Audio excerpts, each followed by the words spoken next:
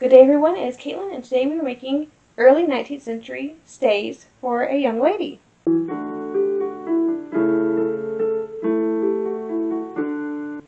Welcome to the second installment of Kids Clothes.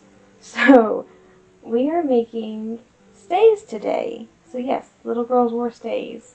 Mostly, not necessarily, they were usually boned, and usually they didn't lace, although these are going to lace. What they were for is really just because children, the way children are shaped is they have no hips. If you don't have hips, you can't really put on petticoats. So the stays have shoulder straps, and then you can button the petticoats onto them. So it's less of a shaping, like shaping your body, and more of a providing a foundation for the other layers. So I have here, this is from the Workwoman's Guide, and it just said to take a strip of fabric that is 3 nails wide, which comes out to be about 6.5 inches ish, and however long the child needs. Well, my child is less of a child, and the child I'm making this for is less of a child and a little bit getting into that preteen phase where she does have a slight reduction in her waist. And so I'm going to do a slight reduction in her waist. So instead of doing one piece, I'm doing 2 pieces.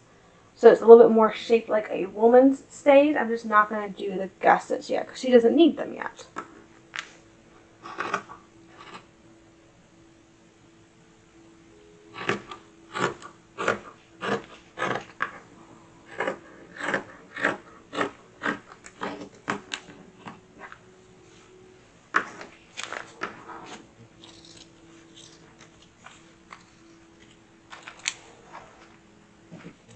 Actually, I might need to add seam allowance to this bottom back part. Let me go and cut this one again. Okay, so that's 4 of those. I do not need to add seam allowance here because this is on the fold.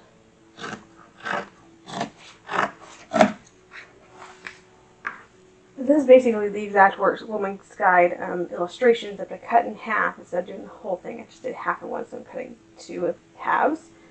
And of course taking the middle seam and actually making it a seam where it wasn't a seam in the original Workwoman's Guide. It was just all one piece.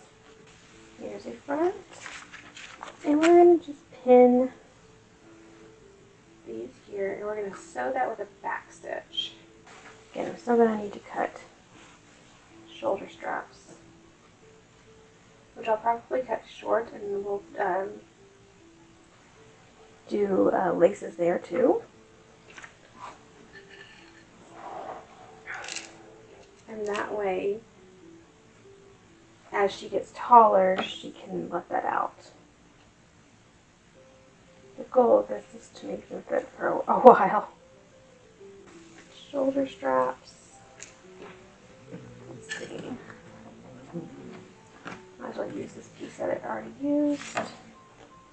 This is where they need to come off of. So, use a pen.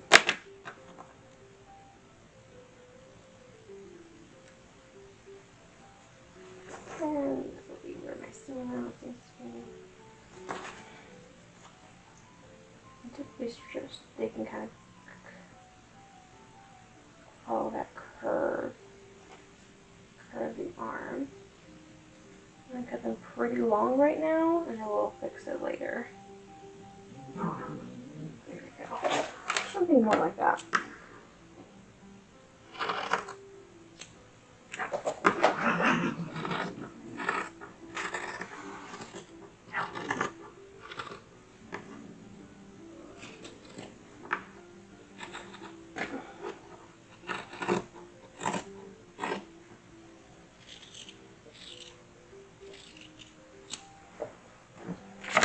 All this means is that on these backs, I'm going to go ahead and pin.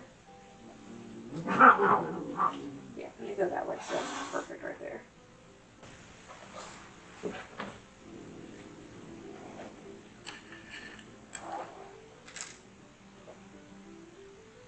We'll back stitch that as well.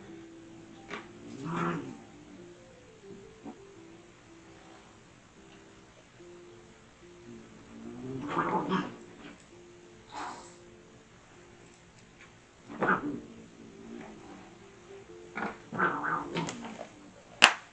it.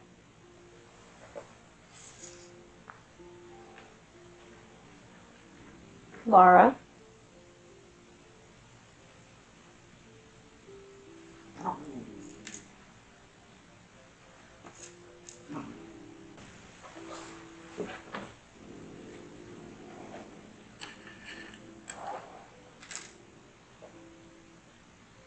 We'll back stitch that as well.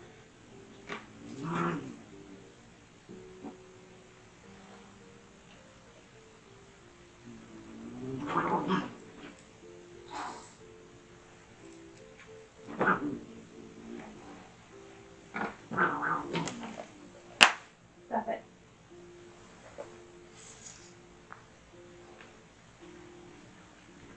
Laura.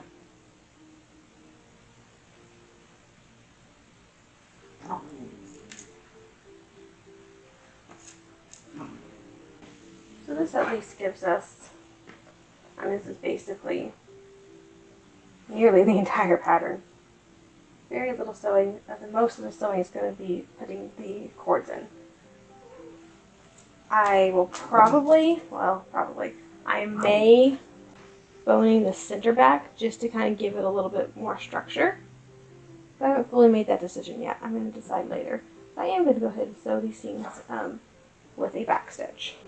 Alright, those are sewn together. I ended up doing a double running stitch because that seems like a lot faster. So, your next step, sew the backs together. Right sides together. We'll do this with my little double running stitch I've been doing. For you to flip it out and start with the cording. I think we're just going to use the same cording pattern that Workman's Guide used. It'll be the easiest thing. I blew it up quite a bit, so I might have to use a few more bones, so what they said, or cords, but that's what we're going to use. Again, center back will probably have a little bit of boning in it. We'll see. What I'll likely start with is the center front.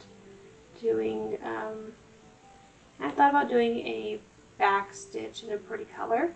It's like a blue or something, and I just realized that I have a lot of things to do with this project. Not necessarily just the stage, but like in general, like I have a lot to do for this project, and not a ton of time. And I have seen extant stays with, running stitches.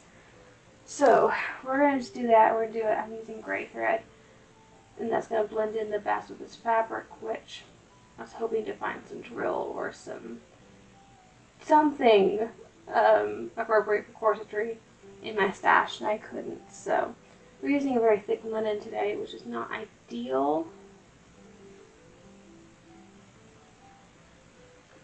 It's not white, which is also not ideal, but I have seen cream colored stays. So it's not out of the realm of possibility. It's just not what I thought I was going to do. But I am trying to make this whole child outfit without purchasing anything. I want to do it entirely out of stash stuff because I have a lot of that stuff in the stash, and I don't know, the possibility of moving and all that coming up, and it's like I don't want to have to pack everything. So it would be so much easier if some of it just went away into various projects. So that's basically what we're doing. It's just running it up once and then running it back, just opposite of what we did. And it's not quite as sturdy as a back stitch, but it's pretty close. Close enough. Okay. So I'm going to do the same with the other side and start doing, well, I have a nice little center front line, so I'm just going to stitch right up that and then start cording it. Working on the stays, and so I have some of the cording done, so it's probably really hard to see. I can't remember. There's some in the front and there's some on the side that are diagonal. And I'm going to do some in the back as well. So I already did this little boning channel here. I'm going to leave a space for the eyelets, which I think we're going to use the bone eyelets because I believe I have plenty of them. And then we're going to do another probably bone channel, space, probably a set of 4 cording channels. And I might do a set of 4 cording channels here too. I haven't quite decided on that one. But I've kind of been doing a set of 4. So I did 4 here. I need to do 4 on this side. And then we'll be 4 here, so it'll be 4 this way. And basically it's just going to be, the same on either side. So, using regular sugar and cream yarn as my cording.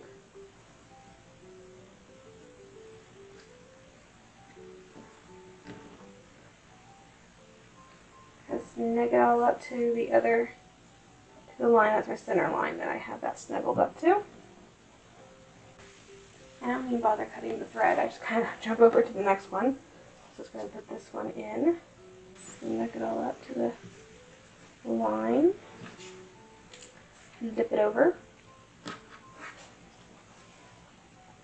And just immediately start sewing. I find that this saves time. And all the little jumps across are going to be hidden with the binding whenever we get to that point.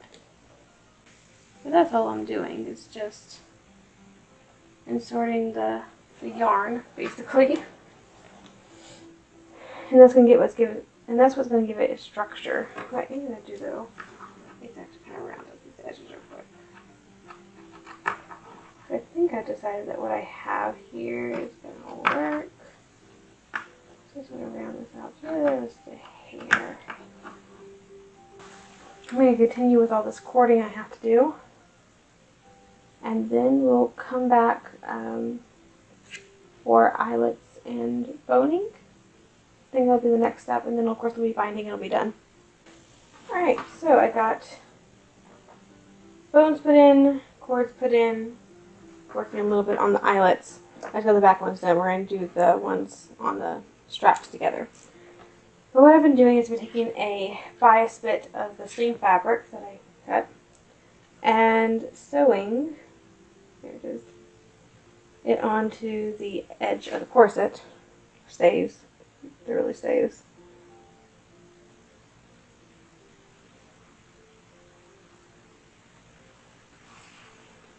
And I do find around these curved edges it's better to backstitch.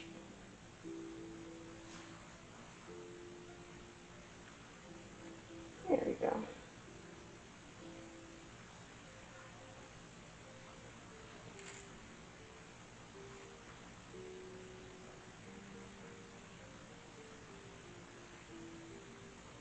So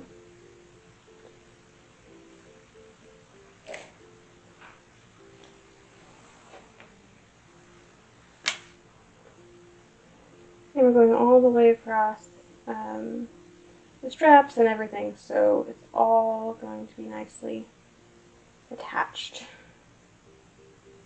and finished.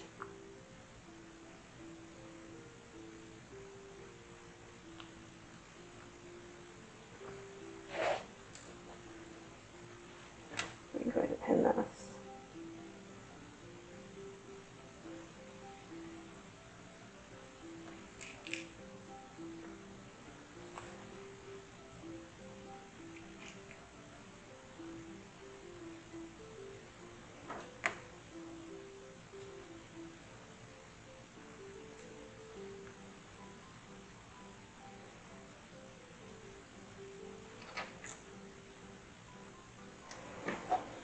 So yeah, I'm just kind of sewing that down. And when I'm done, I'll show you the other side. I'm just, of course, whipping down the ends. So I have here this strap that is nearly done. The strap is halfway done.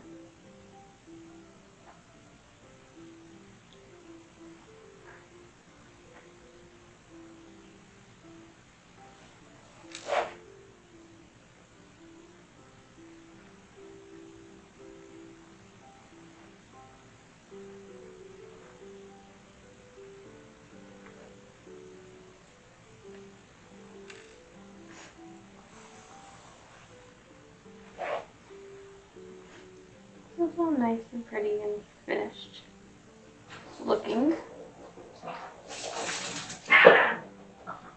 There go the cats again.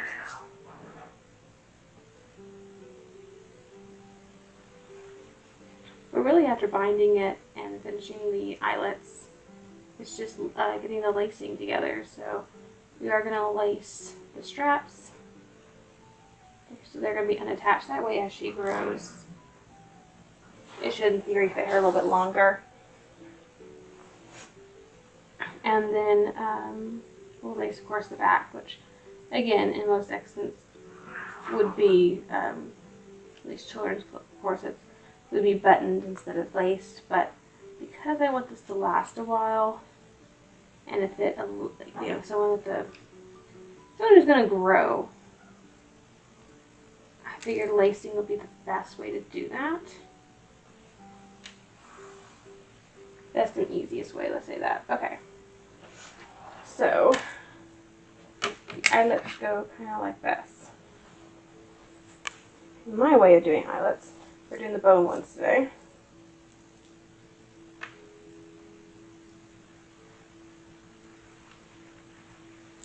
Okay. I have to use my knitting needles for this. Take a small one, hook it to where you need it to go. You can also use an awl for this. I can't find my awl, which is why I'm using this small knitting needle. This is a size 8 knitting needle, I think. And then one of my giant ones, which is size 11. I don't ever use these. Even for modern stuff. But they're really good for poking bone eyelets. Run that back and forth, and poke this through. Sometimes it takes a little bit to kind of wiggle this through. I do have a video on how, oh, that one went in really easy. Look at that. Yeah, I do have a video on how to put in eyelets, and I talk about 3 different ways to do eyelets, and one of those ways is bone ones.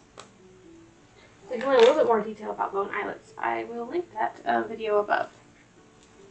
I do 2 for 2. I was really struggling to put in the ones on the sides. Of course, I get the camera out, and apparently it just works really. Okay, apparently getting the camera out somehow helps. That went in really easy too. I use the exact same needles too. Interesting. Okay. But that is basically the bone eyelets. I need to do 2 more on this side. I need to finish this edge, finish that, and we'll come back and lace it together. So I just have my regular corset lacing that we're going to use. And then we'll have a completed pair of child stays. And next time we get to work on petticoats. I think we're going to do true petticoats. Let's go ahead and cut some ties. I'm going to cut them 20 inches. I think it's working more than enough. At least I'm talking about the top ones real quick. So,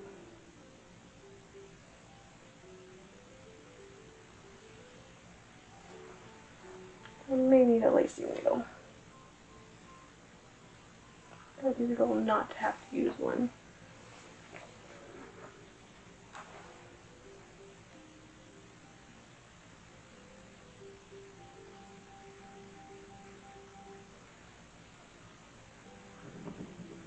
I thought I had it for half a second.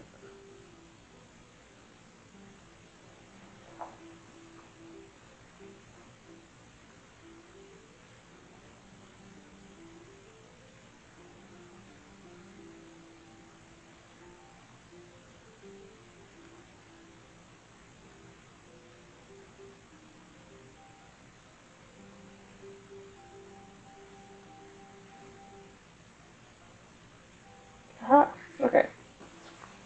Here's one. Now I gotta get the same one through this top. Again, I have no idea how this needs to be for her, but we're gonna go ahead and pretend it's like this.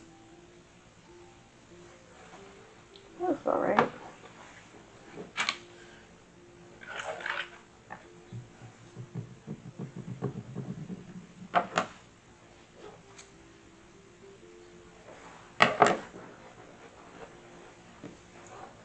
Same thing.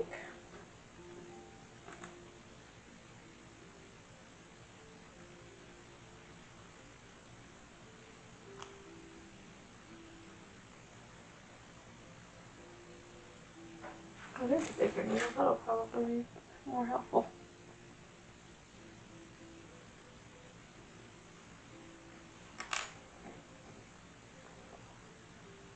Use this one. Take it out, maybe.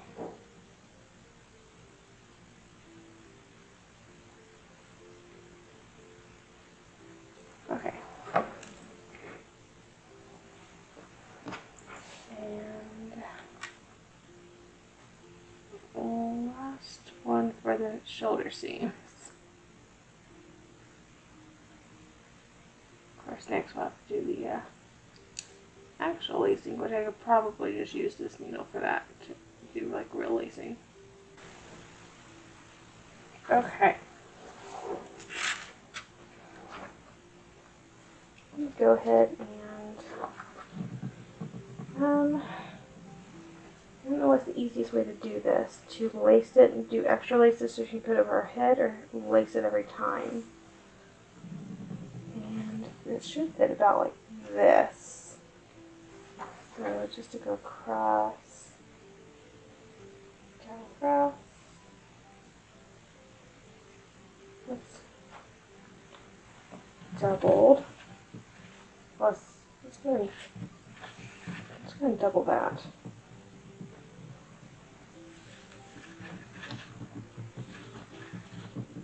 Why not? Okay.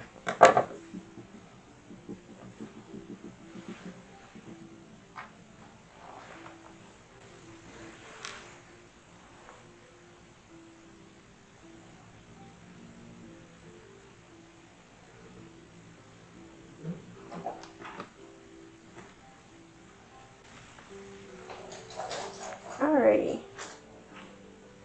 And that is basically the stays. Get this out of her way. So there's the back of them, and that can just be laced up after she puts it on.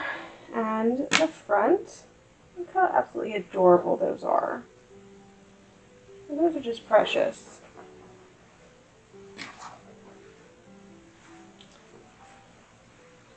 I think they'll work really well, and I like the fact that they're lacing, just because as she grows, I can expand it easier, and it'll fit her well.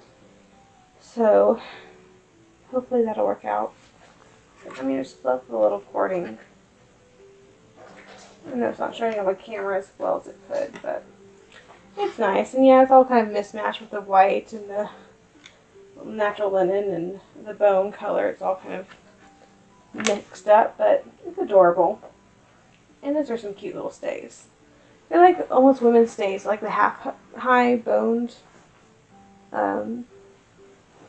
little half stays, little Regency half stays. That's what they look like. Anyway, I hope you enjoyed making the child stays with me. If you enjoyed the video, please like and subscribe to the channel.